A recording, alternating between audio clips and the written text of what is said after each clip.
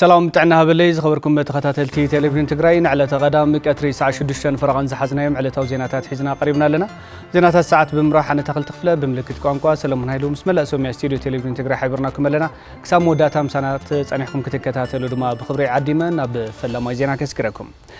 ነበር ቀዳማይ ሚኒስተር መለስ ዜናዊ ባሕቱ ጉንበት 1947 ዓመተ ምህረት ኣብ ከተማ ዓድዋ ተወሊዱ ካብ ህይወት ተማሃራይነት ክሳብ ተጋዳላይነትን መሪሕነትን ዝበጽሐ ትግራይ ኣብ መዋዕላ ካብ ዘፍሬቶም ጀጋኑ ደቂ ህዝቢ ሓደ ነይሩ ድሕሪ ምዛም ዕጥቃው ቃልሲ ድማ ፕሬዚደንትን ቀጺሉ ድማ ቀዳማይ ሚኒስተር ኢትዮጵያ ኮይኑ ዓለም ካብ ተስስዓሎም ፍሉያት መራሕቲ ንምዃን ዝበቕዐ ነይሩ መሳርሕትና ተስፋ ዝገዓስበይ ዝኽሪ ዕለተ ውልደትን ጉዕዞ ህይወትን ነበር ቀዳማይ ሚኒስተር መለስ ዜናዊ ከም ዝስዕብ ከቕርበዩ ተኸታቲልና ንመለስ ቅድሚ 70 ዓመታት ጉንበት ሓደ ኣብ ፖለቲካ ኢትዮጵያ ዓብይ ኣሰር ዘንበረ ኣብ ኣፍሪካ ኢሉውን ኣብ መድረኽ ዓለም ስሙ ዝገነነ ነበር ቀዳማይ ሚኒስተር ኢትዮጵያ መለስ ዜናዊ ወይ ድማ ለገሰ ዜናዊ ናብዛ ዓለም መጽኡ ለገሰ ዜናዊ ባሕቱ ጉንበት 1947 ዓመተ ምህረት ካብ ኣዲኡ ወይዘሮ ኣለማሽ ገብረ ልዑልን ኣቦ ኣይተ ዜናዊ ኣስረስን ኣብ ከተማ ዓድዋ ተወሊዱ ክሳብ ሻምናይ ክፍሊ ኣብ ከተማ ዓድዋ ቤት ትምህርቲ ንግስተ ሳባ ዝተምሃረ ለገሰ ዜናዊ ካብ 1961 ክሳብ 1964 ዓመተ ምህረት ድማ ኣብ ኣዲስ አበባ ካልኣይ ብርኪ ቤት ትምህርቲ ጀነራል ዊንጌት ተኸታቲሉ ኣዝዩ ንፉዕን ብሉጽን ተምሃራይ ከም ዝነበረ ዝምስከረሉ ለገሰ ኣብ 1965 ዓመተ ምህረት ኣብ ዩኒቨርሲቲ አዲስ አበባ ክፍሊ ትምህርቲ ሕክምና ተመዲቡ ትምህርቱ ከከታተል ድሕሪ ምጽናሕ ምእንተ ህዝቡ ዋጋ ክኸፍል ትምህርቱ ኣቋሪጹ ኣብ 1967 ዓመተ ምህረት ተጋዲሉ ኣብ 1966 ዓመተ ምህረት ኣብ መረጻ ማህበረሰብ ተምሃሮ ዩኒቨርሲቲ አዲስ አበባ ተወዳዲሩ ኣባል ቤት ምኽሪ ተምሃሮ ዩኒቨርሲቲ አዲስ አበባ ብምዃን ናብ ኣመራርሓ ምንቅስቓስ ተምሃሮ ተጸምቢሩ ከም ዝነበረውን ይንገረሉ ኣብ ወርሒ መስከረም 1967 ዓመተ ምህረት ማሕበር ገስገስቲ ብሄረ ትግራይ ወይ ድማ ማገብት እንትምስረት ኣባል ኮይኑ ኣብቲ ዓመት ንሱውን ንፋሽስታዊ ስርዓት ደርጊ ብዕጥቃዊ ቃልሲ ንምውጋድ ናብ በረኻ ወፂኡ ቁምጣ ወዲኡ ጋምባል ኣሲሩ ተጋዲሉ ኣብ እዋን ብረታዊ ቃልሲ ብሱል መንእሰይ ከም ዝነበረ መቃልስቱ ዝምስክርሉ ለገሰ ዜናዊ መለስ ዝብል ናይ ቃልሲ ሽም ተዋሂብዎ ቃልሱ ቀጺሉ ኣብ 1969 ዓመተ ምህረት ተወካለ ማእኸላይ ኮሚቴ ህወሓትን ኣባል ላዕለዋይ መሪሕነት ትውድብን ኮይኑ ዝተሓረ መለስ ዜናዊ ኣብ 1971 ዓመተ ምህረት ድማ ኣባል ማእኸላይ ኮሚቴ ህወሓት ኮይኑ ካብ 1971 ክሳብ 1975 ዓመተ ምህረት ህዝቢ ትግራይ ናብ ተቃልሲ ብስፍሓት ንኽሳተፍ ኣብ ዝተገበረ ምንቅስቓስ ብመሪሕነት ተሳቲፉ እዩ ተጋዳላይ መለስ ዜናዊ ኣብ 1975 ዓመተ ምህረት ኣብ ዝተኻየደ ካልኣይ ውድባዊ ጉባኤ ህወሓት ኣባል ማእኸላይ ኮሚቴን ፖሊት ቢሮን ኮይኑ ተመሪጹ ካብ 1976 ክሳብ 1981 ዓመተ ምህረት ቃልሲ ህወሓት ምስ ካልኦት ህዝብታት ተሃገር ንምትእስሳር ኣብ ዝነበረ ምንቅስቓስ እውን ዝለዓለ ብጽሒት መሪሕነት ኣዕሪፉ እዩ ኣብ 1981 ዓመተ ምህረት ኣብ ዝተኻየደ ሳልሳይ ውድባዊ ጉባኤ ኣቦ መንበር ኮይኑ ተመሪጹ ኣብ 1983 ዓመተ ምህረት ወርሒ ሕዳር ኣብ ዝተኻየደ ፈላማይ ጉባኤ ይወደግ እውን ኣቦ መንበር ግንባር ኮይኑ ተመሪጹ እዩ ተጋዳላይ መለስ ዜናዊ ኣብ ወርሒ ጉንበት 1983 ዓመተ ምህረት ይወደግ አዲስ አበባ ምስተቆጻጸረ ክሳብ መወዳእታ 1987 ዓመተ ምህረት ፕሬዚዳንት ስግግር መንግስቲ ኢትዮጵያ ኮይኑ ዘገልገለ ተጋዳላይ መለስ ኣብ ወርሒ ጉንበት 1983 ዓመተ ምህረት ይወደግ አዲስ አበባ ካብ ዝተቆጻጸረሉ እዋን ክሳብ መወዳእታ 1987 ዓመተ ምህረት ፕሬዚዳንት ስግግር መንግስቲ ኢትዮጵያ ኮይኑ ዘገልገለ ተጋዳላይ መለስ ኣብ 1987 ዓመተ ምህረት ንስተኻየደ መረጻ ስዒቡ ድማ ኣብ 1988 ዓመተ ምህረት ቀዳማይ ሚኒስተር ፌደራል ኮይኑ ተመዚዙ በብዓመቱ ንዝተኻየደ መረጻ ስዒቡ ክሳብ 2004 ዓመተ ምህረት እዚ ማለት ክሳብ ዕለተ መስዋዕቱ ቀዳማይ ሚኒስተር ኮይኑ ኣገልጊሉ ነበር ቀዳማይ ሚኒስተር ኢትዮጵያ መለስ ዜናዊ ምስ ምክልኻል ብኽለት ከባቢ ኣየርን ካልኦት ጉዳያትን ተኣሳሲሩ ወኪል ኣፍሪካ ብምዃን ኣብ ዓለም ለኸ መድረኻት ኣኼባታት ጉጅለ 8 ጉጅለ 20 ብምስታፍ ድምፂ ኣፍሪካውያን ከጋዋሕ ዝገበረ ብሉጽ መራሒ ኮይኑ ሓሊፉ በዚ ድማ ወሃቢ ቃል ኣፍሪካ ወይ ድማ ስፖክስማን ኦፍ አፍሪካ እናተባሃለ ብብዙሓት ተናይዱ እዩ It's going from one commodity to another commodity and becoming a wrecking ball. Today it's oil, tomorrow it's wheat, the day after tomorrow it's some other paper. We want this capital here to do something tangible. ኣብ 1995 ከመቆጻጽራ ጎርጎሮሳውያን ካብ ዩኒቨርሲቲ ኦፕን ዩናይትድ ኪንግደም ብቢዝነስ አድሚኒስትሬሽን ኣብ 2004 ቆጻጽራ ጎርጎሮሳውያን ድማ ካብ ዩኒቨርሲቲ ኢራስመስ ኔዘርላንድ ብኢኮኖሚክስ ማስተርስ ዲግሪ ሰሪሑ ኣብ 2002 ከመቆጻጽራ ጎርጎሮሳውያን ድማ ካብ ዩኒቨርሲቲ ሃናማ ደቡብ ኮርያ ናይ ክብሪ ዶክትሬት ተቐቢሉ እዩ መለስ ዜናዊ ንልምዓት ኢትዮጵያ ንሰላም ዓለምን ንምርግጋእ ምብራቕ ኣፍሪካን ዘበርከቶ ልዑል ግደ ስዒቡ ልዕሊ 10 ሃገር ለኸን ዓለም ለኸን ሽልማታት እውን ተበርኪቱሉ እዩ ኣብ 2004 ዓመተ ምህረት ዝተሰውአ ነበር ቀዳማይ ሚኒስተር መለስ ዜናዊ ቅድሚ 70 ዓመት ልክዕ ከምዛ ሎሚ ባሕቲ ጉንበት እዩ ተወሊዱ ኣብ ውሽጢ 100 መዓልትታት ብልዕሊ 480 ሚልዮን ብር ዝተዓደጋ 200 ኣምቡላንሳት ክሳብ መወዳእታ ወርሒ ሰነ 2017 ዓመተ ምህረት ናብ ትግራይ ከም ዝኣትዋ ቢሮ ጥዕና ትግራይ ኣፍሊጡ እቲ ቢሮ ነዚ ዝበለ ትልሚ 100 መዓልትታት ተመልኪቱ ምስ ቴሌቪዥን ትግራይ ኣብ ዘካየዶ ቃለ መሕተት እዩ ንጸብጻብ ኢየሩሳሌም ገብረመድህን ንሳ ተስፋይ بلعلي 480 مليون بر استعدقا 200 أمبولانس استوصنا ناب تجري مئتاو جميران كم زلون زي ترفاق سبور حسنا 2017 عام تمرت ناب تجري كم زاتوا حلا في بيروت عنا تجري دكتور أمان الحيلة قليتهم بس أمبولانس ممسا نتن أمبولانسات نمركب زاد اللي بجت نمجزاء شو مولو تخفيل هذه نعدنا متاويو زاد اللي لعلي 480 مليون قرشين ودينا عبنات 200 أمبولانسس نممسا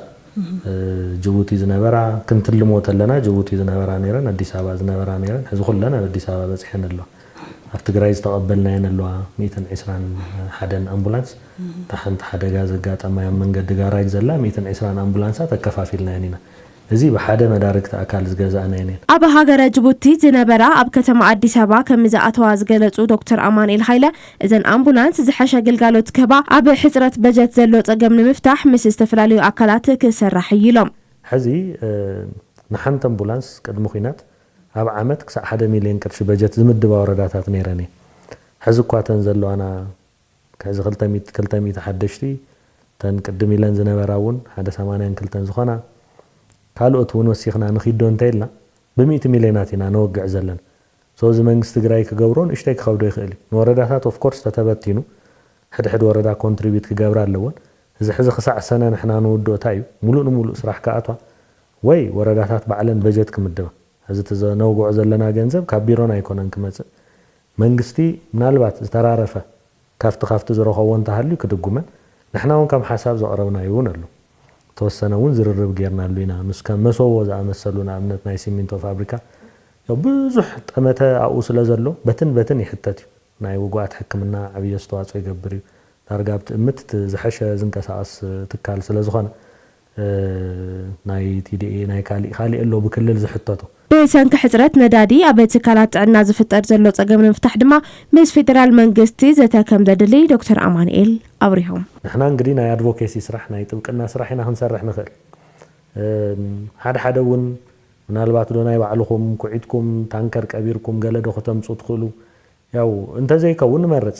ምክንያቱም ዝን ዋዕሉ ሳርሱ खाሊ መደብ እዩ ናይ ነዳዲ መዕደሊ ማለት ይዳርጋ መንገዲ ንሪኦ ናይ ጋዝ ስቴሽናት ናይ ነዳዲ መዕደሊ ሰሪሕና ሕዚ ጥዕና ቢሮስ ዋና ስርሑ ሱቅ ኾነ ይብሉን ናኡም ታውዶ ይድልን ወንተ ተኸዓተ ከተነዳዲ መጽዮ ክራገፍ ይኽእል ዲዩ ታይና ክንገብር ሶ ኸሙታቱን ኢና ዘረርብ ጀሚርና ንሕና ታይ መወዳቱ ሞ ናብከሙ أبي بوتاينا هنجبره هم يجينا عندك الشيء اليوم من كي خبرنا تجنزب كمون مجبر قال جن حزي أبكر بعض الرأينا مفتاحي كنا نزي تقرب مفتاحي تزول كوي منجستي العلوت مرة راح كلنا بس العلوت مرة راح منجستي تبع بجلس مزرعة مجبر أب زحلفو تشعات توارح لعلي شوعات تشح علم لغا عودتنياتات إن تجراي كم زهوتو بيرو بهالن تروزمن تجراي فليتوم اتبيرو فتات ما مدوبات تشعات توارح ونقام جملو جنت كحساي أب زحلفو تشعان تأوارح لعلي شوعات تشح علم لغا حوستي ن تجراي كم زمتو زغلصو حلاف بيرو بهالن تروزمن تجراي دكتور أصبها قبر زابير أب تجراي بزلو بوليتيكاو حماقنا فسات حوستي كبغزنا بغزا ينيك كم زلو أبريهم تجيزنا يوددر جيزاي ممارس سينز مسكا غاشا يلن كلا كعني دحننتو اندحر زخونه ጉዳይ ያላታ ኢሉ ዝሓስብ ኮይኑ ሓደ ጋሻ ሓደ መዳርክ ተኣካል ንድሕንነቱን ንጸጥቱን ብጣዕሚ ግዱስ እዩ ኩለን ዓድታት ጋሸን ከይመጽእ مسكلكلان لأتي لوصا مسولوس وكأوكي هذا مالت توناي انترناشنال توريزم بارتو مالتي كم بيرو بحالن توريزم تግራይ ነዚ ማእኸል ዝገበረ ናይ ሚእቲ መዓልታት ትልሚ ሓንፂፁ ይሰርሕ ከም ዘሎ ዝገለጹ ዶክተር አጽብሃ ጉጉይ ምስሊ ትግራይ ንምቕያርን ስምዒት በዓል ዋናነት ንክፍጠርን ይስራሕ ከም ዘለውን አረዲኦም ምስተም ቀይሕ ዝገበራ ዓድታት ተኒሱ ናብ አራንሺ ሕብሪ ጽንሕ ኢለን ናብ ብጫ ካብ ብጫ ኻነ ናብ ቆጻል ክቀይራለውን አፍተሻው ተወዳዳሪ ተኾንካ ጋሻይ መጸካ ተወዳዳሪ ተኾንካ ጋሻይ መጸካን ግን ክልከላ ግን የለን ማለት ሀዚ ግን ተክልከላ ክስበር ከም ቢሮላ ከም ምስ ፕሬዝዳንት ጊዜያዊ ምሕዳር ትግራይ ሓቢርና ናሰራሕናሉ ኢና ንርከብ እዚ ዝዕረ ከም ህዝቢ ኣብ ሓድነትን ብሄራዊ ረብሓናን እንትንዓስሊ ዝበሉ ዶክተር አጽብሃ ውሕስትን ምቹትን ትግራይ ብምፍጣር ምስሊ ትግራይ ክንቕይሮን ማእኸል ስሕበት ቱሪዝም ንምግባርን ክንሰርሕ ይግባእ ኢሎም ኣብ ርእሲ ተጋሩ ዝስራሕ ስራሕ ኣብ ርእሲ ኣጋይሽካ ተሰርሖ ስራሕ ኣብ ርእሲ መዳርግቲ ኣካላትካ ተሰርሖ ስራሕ ኣብዚ ትእክቦ ቃዕሚ ትርፎ ስግኣትን ተፈጥሮ ዓርሰ ምትእምማንን ተመራጽነትኻንያና እዚኣቶም ዓበይቲ ኣንኳራት እዮም ክተኣሳሰሩ ዝግብኦም ሕዚ ብትልሚ ደረጃ ዝነበረትና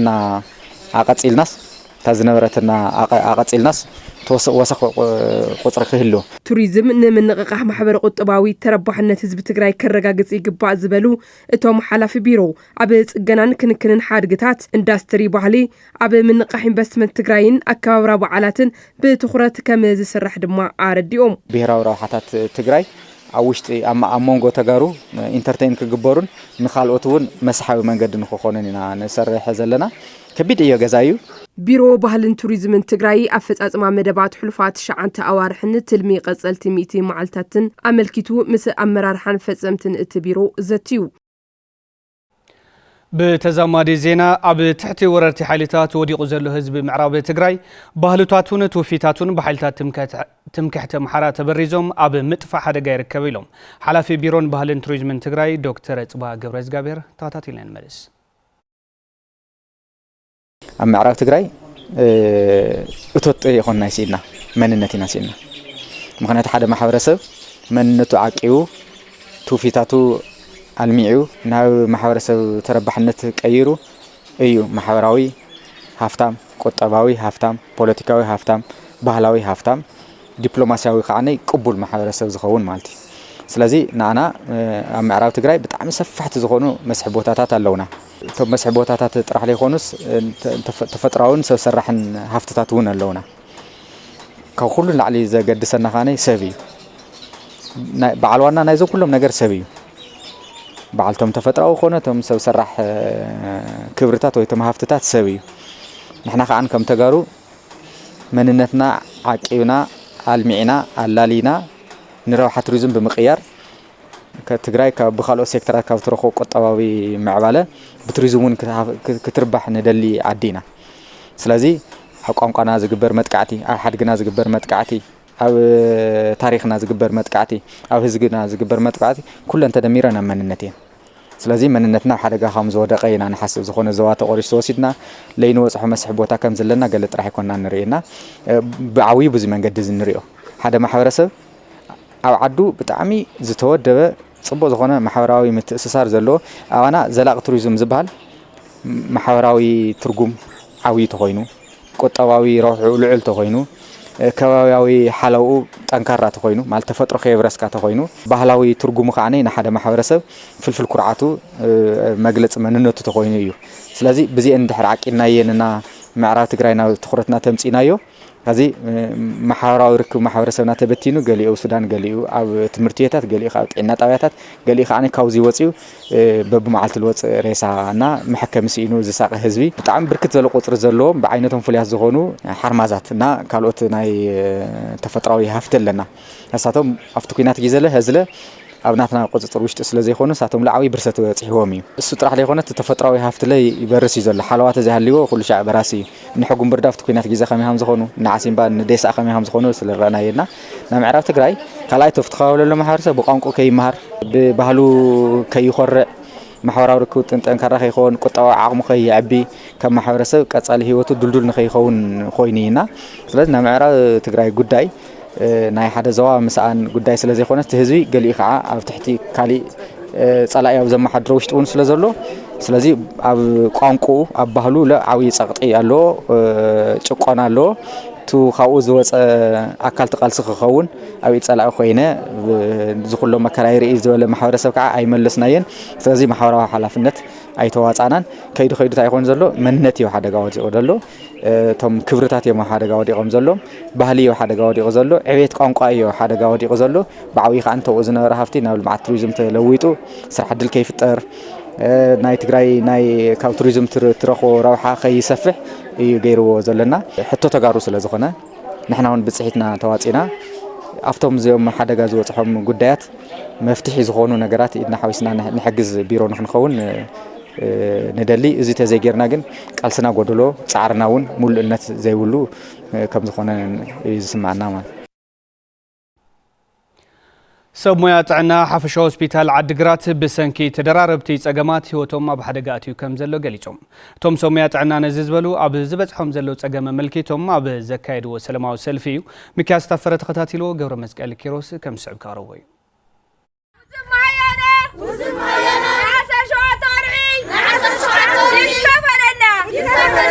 سميات عنا حافشة هوسبيتال عدقرات زخفلهم زلو مهيا مزهبوا أقلقلوت نتنساصر عزيز تحتن بحسوس كم حيث قبون مخانو يزاربون يوسفنا رحنا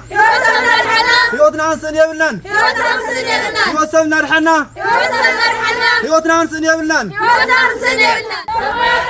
منبري وهابنا فقلقلا يهزنا دمتنا يسمعنا سميا ليتن قطرنا قلقلنا عينا دركة وكل عقبة يزبونا ناي طعمها طعمي ترف ساعتنا نخفل له الخل سكينك ناي طعمها طعمي أي ركم زلنا ناي منبري مش ناي جزء أكون مسهل بلب على طعم عوي حدا قاعد أنا نركز زلنا بديتهم قطريهم كمان بعلمنا أبي قلقلي مالته لذي أو ناي سميا عنا تقرأ يلون إثيوبيا خافتن كانت زلوا حجرات مستحاته طعمي تحط بزبهات زي ما أطل خفلتي زوها وطماطم يولن زعشة مهيان طماطم نمركاب بزحات سميات عنا كاب سرحم لقيقم نبكالي عدي يسددو كم زلو زغلصو سمياتو حفشة هوسبيتال محبر قطوع وصقم بزلقنت كفتح زخل وسخ مهيان طماطم كجبرلهم يحطوم حزني ايكونوميا كنتات نابرات تنرؤيت لنا بتاع سل الشجرو زبس حساب ممارتي أبي كركب يخون نازل ناخذ فقدو نخوص نخلي نخوني بزح تسدد بعلميا فقد بحرن فقد سدتن يزركب مزيز تردي فتح نركبنا نحن نسوع زلنا كساب حزي زي تخفلهم نعسر شعات عوارح ما هياك خفلهم قبر سراح قنصلهم منبر بوتاك وهاو منون اتم سميات عنا وسيخم يحطم مستنبراو كنت ليطعام ناتي دموز وسخنا خفتي قبري ونك ونسلنا كون خم منبر بوتا زي مثلا يشتي أشجار سلبخوني بتحزي تخاريخا بزاد موزعني منبر تعمل أدرس سلبخوني كاو توسعون كاو نا ترانسبورت بدأ 400 قدم صراحتنا لوزي 400 صراحتنا بوجريد مت دموزنا خوهابنا 10 شعات ورحي وزف دموزنا كاو نتحكمنا مسحب سدرابيتنا خوهابنا دغناون منور غزا خوهابنا بخال أي درجة ون هسأونتم فريقة حبلو سخ البوتا تصريحو هو هذا نعسر شوات توظف محيانا اللي تنكثرن يلنا نهزبنا زقلقلنا اللي دخلنا الواقع يكفلنا يعني نزلنا لعل عقن دقس بمصياف حبرتسبنا بهلو قطبا كمعبل بيرو قدات كومونيكيشن تግራይ ጸويعهم እቲ ቢሮ ኣብ ዙርያ ምክልኻል ብኽነ ተመልኪቱ ኣብ ከተማ ዓብይ ዓዲ መድረኽ ምኽክር ሳሊጠሎ ካብቲ ቢሮ ዝተረኸበ ሓበሬታ ጎይቶም ንጉስ ከም ስዕብ ከቕርቦ እዩ ቢሮ ጉዳያት ኮሙኒኬሽን ትግራይ ካብ ዝተፈላልየ ከባቢታት ትግራይ ምስ ዝተወከሉ ኣካላት ኣመራርሓ መራሕቲ ሃይማኖትን ካልኦት ክፋላት ሕብረተሰብን ኣብ ምክልኻል ብኽነ ተመልኪቱ ኣብ ከተማ ዓብይ ዓዲ ዘትዩ ብኽነት ምክልኻል ኣካል ምስሳን ምህርቲ ብምዃኑ ሕብረተሰብ ካብ ጎዳእቲ ልምድታት ንምርሓቕ ንቕሓቱ ከበርኽ ይግባእ ክብሉ ተሳተፍቲ ትዘተ ገሊጾም ብምዃኑ እውን ልዕሊ ዓቐን ድግስ ንምክልኻል ኣብ ዝግበር ጻዕሪ ሓላፍነቶም ብኣገባቡ ከም ዝዋጡ ይዛረቡ ዝሕገዝ ዲና ሲእና شجرنا دي زي اللي خينو وين تزلوس زي استوعل دي زلوا خينو تم تجمع حلفنا يهون عين ذكرهم دينا زلنا خينا كندي تفنقلت لونا عاوزي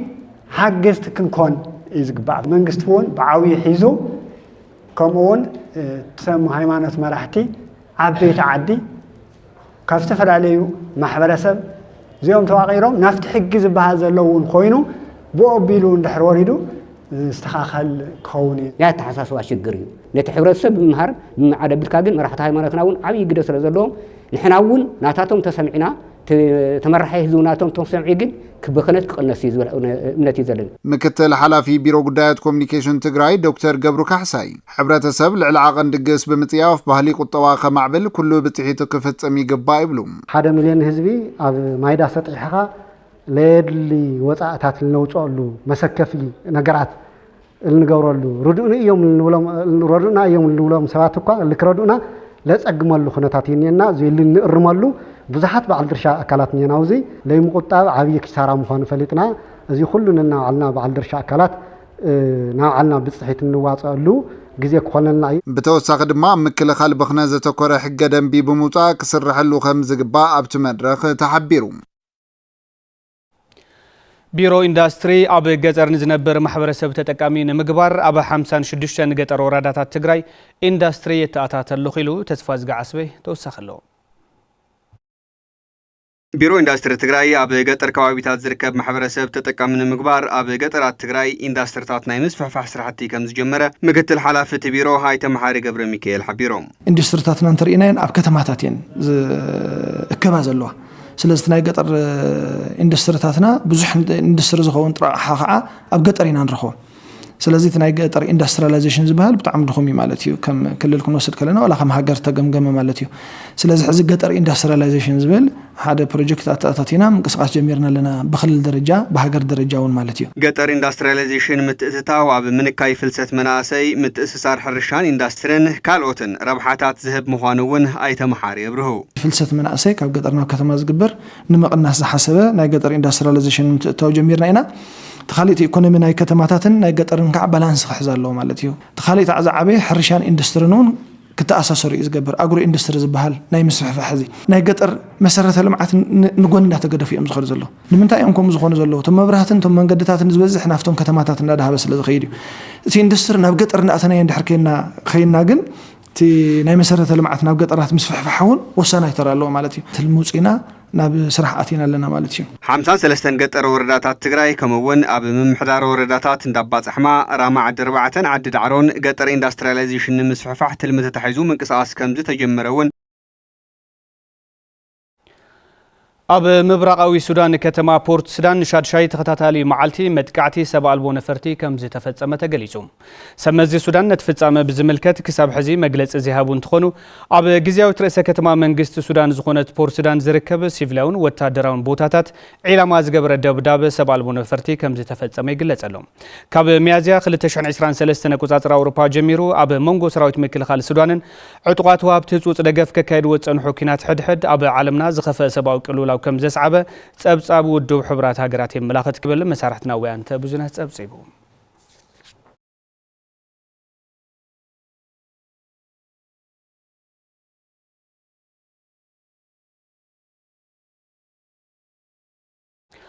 زخبركم تملكتنا كابزي بمقصال صبصابات سبورت زعلتينا كنري صبصابات سبورت وش تعدن وصان دما مرسايل حيزلنا كقربي سناي مكتال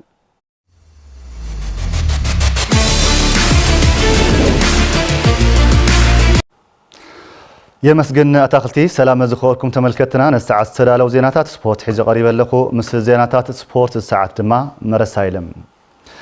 بسنكي جنسايداوي ورار تجرايس تدخل سبورت تجراين من نقاح زعلمه ودر سبورت أبيات تمرتي كفلا ختمة حاولتي مكياد جمير لهم أتودر نلعلي حادثة ومن كم سنة حدما المفلات تخايلو زمن برهانة أزراري بومالو كم سعود ما كأربعين ብዙሕ ረሃንዮ ሓደ ምስ ማሕበራዊ ሰብካ ትፋለጥኻ ምስና ካልኦት ትምህርቲ ቤት ለለሰባት ብዙሕ ትፋለጥኻ ሓደ ካብኡ ለለካ ናክእለት ናዕበኻ ኢኻ ትመፅእ ብዙሕ ነገር ጠቅም ንጥዕና ካለ ጠቃሚ እዩ ስፖርት ካብኡ ከምዚ ዓይነት ስፖርት እንደገና ክጠናኸር እኒኦ ብዙሕ ንጫወት ለኒና ሕናለ እዞም ዓቕሚ ዘለዎም ለስ ከም እናተፈለዩ እናተጫወቱስ ኣብ ላዕለ ደረጃ ክወፁ ይኽእሉ እዮም ናብ መንእሰይስ ብስፖርት ተሰርሐ እዩ ደስ በሃሊ እምበይ ላብለይ ድል ቦታ ተኸደ ምንም ትርጉም የብሉይ ጥዕናኻ ትጎድእ ነገር ካብ ምግባር ጥዕናኻ ዝጠቅም ስፖርት ምስራሕ ሓሪፍ እዩ ኢለ እያ ዝሓስብ حزب كارنيفال اللي تزجاجة حزان إحنا وستجايتنا إننا فاينال نجاتنا قصال سم كهامنا له كل تمرتيت كنت أنا خروني أوز كارنيفال زي كعشوا أو تمرتيت كارنيفال كسرحني أبفل كتما حاولتي زلوا كل النايمن قصاوي أبيات تمرتن كل النايقل لي أبيات تمرتن ما أخلص جبرة بكفل كتما درجة أما قربات عين سبورتي زكاير تودر باسكتبول فوليبول أتلتيكس إننا أبكبش أجرم مالتي ውድድር ያው አሞንጎ አብያተ ትምህርቲ ተጀሚሩ ቀጽሉውን ያው በክላስተር ደረጃ እንዳተካየደ ይጸኒሑ ሕጂ ኸአ ያው ናብ ፍጻመ እዩ ዝቀራረብ ዘሎ ቀጻሊ ሰሞኑውን ያው ፋይናላይዝ ሆነሉ ወይ ከአ ናይ መጨረሻ መጠቃለሊ ፍጻመ ዝረኽበሉ ታድሽሚ ዘሎ ማለት እዩ ስለዚህ ዋና ዕላማኡ ናይዚ ስፖርታዊ ውድድር እዚ ሓደ ኣብቲ ያው ከም ዝፍለጥ በትግራይ ደረጃ ያው ሕማቅ ኩነታት ነርና ስለዚህ ካው ወጪና ባልና አካል ሕውየት ባልና ክንከውን ስለዘለና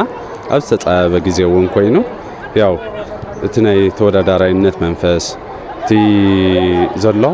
በቃ ምስተን አብያተ ትምህርቲ ዘሎ ናይ መንግስታዊ ናይ ውልቃ አብያተ ትምህርቲ ዘሎ ጥቡቅ ዝኾነ ርክብ ንኽፈጠርና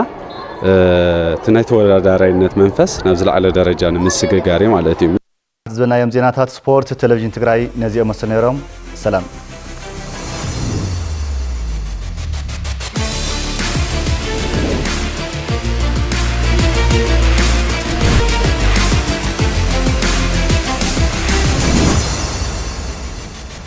خبركم متملكتنا نسعد زحزنا معلتها وزيناتها تبزي زازيمنا سلت مكتالكم كبرتها قلنا ببزلغمو بروح معلتي